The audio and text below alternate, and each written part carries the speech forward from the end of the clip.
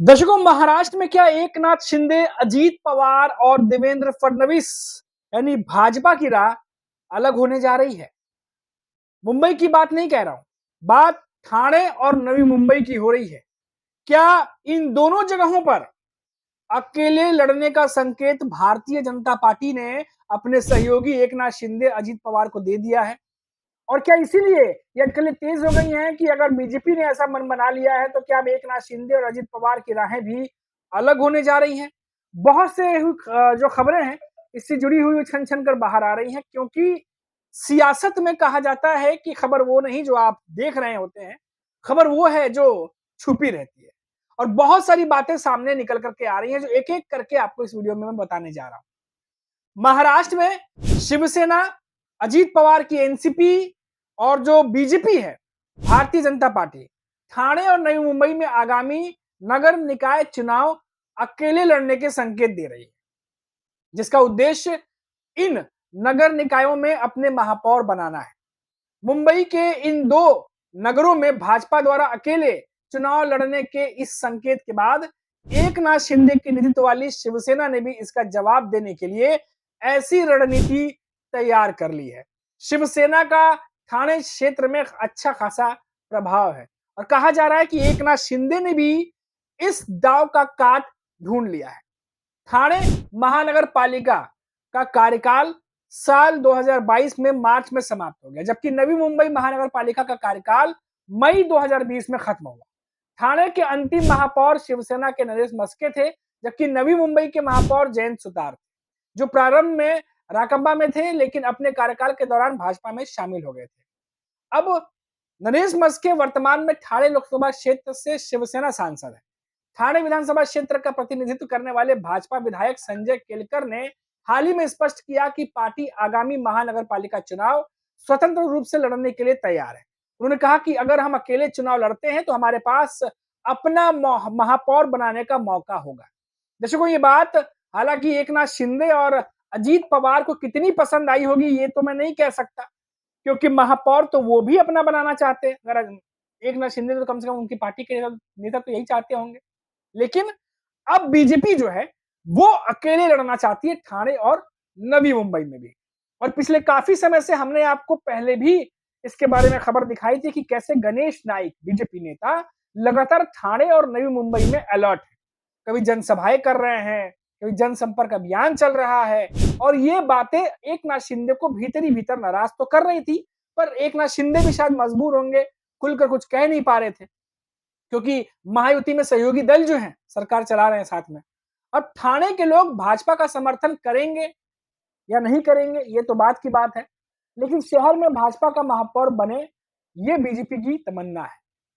और साथ ही साथ जो बीजेपी के नेता हैं वो कहते हैं कि भाजपा ने ठाणे महानगर पालिका चुनाव में 70 से अधिक सीटें जीतने का लक्ष्य रखा है। शिवसेना के नरेश मस्के ने भी अस्वीकार किया कि पार्टी के भीतर अकेले चुनाव लड़ने की भावना अब बढ़ रही है। यानी एकनाथ शिंदे के भीतर भी पार्टी के जो नेता हैं वो ये मन बना चुके हैं कि अकेले ही हम भी लड़ेंगे। उन्होंने बुधवार रात स्थानीय पार्षदों और पदाधिकारियों के साथ बैठक के बाद बृहस्पतिवार को कहा कि जब हमारे सहयोगी दल खुद अकेले चुनाव लड़ने की बात कर रहे हैं तो हमारे कार्यकर्ता ने पूछा कि फिर शिवसेना गठबंधन पर क्यों अड़ी है। अगर साथी दल स्वतंत्र रूप से चुनाव लड़ना चाहते हैं तो हमें भी गठबंधन पर जोर क्यों देना चाहिए, हम भी स्वतंत्र रूप से लड़ सकते हैं। यह मतभेद तब सामने आया जब ठाणे में शिवसेना पदाधिकारियों ने भाजपा कार्यकर्ताओं पर शिवसेना के नेतृत्व वाले विकास कार्यों में बाधा डालने का आरोप लगाया। मस्के ने कार्यकर्ताओं के अनुशासन बनाए रखने की अपील की, लेकिन उनकी चिंताओं को स्वीकार भी किया कि हाँ, आपकी बातें जो है वो कहीं ना कहीं सही है। इस बीच भाजपा ने ठाणे में अकेले चुनाव लड़ने की तैयारी तेज कर दी है। नवी मुंबई में भी भाजपा नेताओं ने अपना महापौर बनाने की इच्छा जताई है। मुख्यमंत्री देवेंद्र फडणवीस और राज्य भाजपा अध्यक्ष रविंद्र चौहान की अध्यक्षता में हुई रणनीति बैठक में महापौर जो पद है सुनिश्चित करने की ठोस योजना बनाने पर जोर दिया गया। पार्टी की स्थानीय इकाइयों से कहा गया है कि वे परामर्श कर बताएं कि संयुक्त रूप से या स्वतंत्र रूप से चुनाव लड़ना चाहते हैं।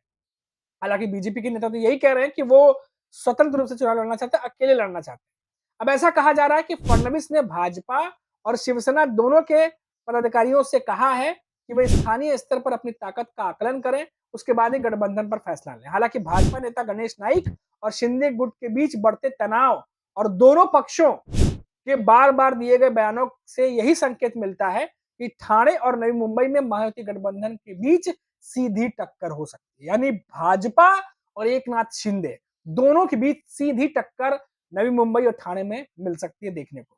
स्थानीय निकाय चुनाव अगले 2 महीने में या कह सकते हैं नए साल यानी जनवरी में होने की संभावना अभी फिलहाल जताई जा रही है। लेकिन संभावना मैं इसलिए कह रहा हूं क्योंकि अभी सुप्रीम कोर्ट ने तो कहा है कि भाई जनवरी 2026 तक चुनाव करवाइए, क्योंकि पहले बहुत लेट हो चुका है। लेकिन विपक्ष अपनी मांगों के साथ अड़ा हुआ है कि इतनी सारी गड़बड़ियां पाई गई हैं, इतनी सारी खामियां पाई गई हैं वोटर लिस्ट में, मतदाताओं के नामों में, कि चुनाव कराए जाए और वो चुनाव पारदर्शी तरीके से होंगे, इसकी गारंटी कौन लेगा? क्योंकि विपक्ष बार-बार सवालों के घेरे में चुनाव को डाल रहा है। कह रहा है कि ये चुनाव पारदर्शी नहीं हो सकते, क्योंकि वोटर लिस्ट में गड़बड़ियां हैं। बहुत सारे वोटर लिस्ट में 124, 117 साल की एज बताई गई है लोगों की। राज ठाकरे खुद गए थे इस बार महाविकास अघाड़ी के नेताओं के साथ निर्वाचन आयोग। आपने तस्वीरें देखी, प्रेस कॉन्फ्रेंस की है महाविकास अघाड़ी के नेताओं ने।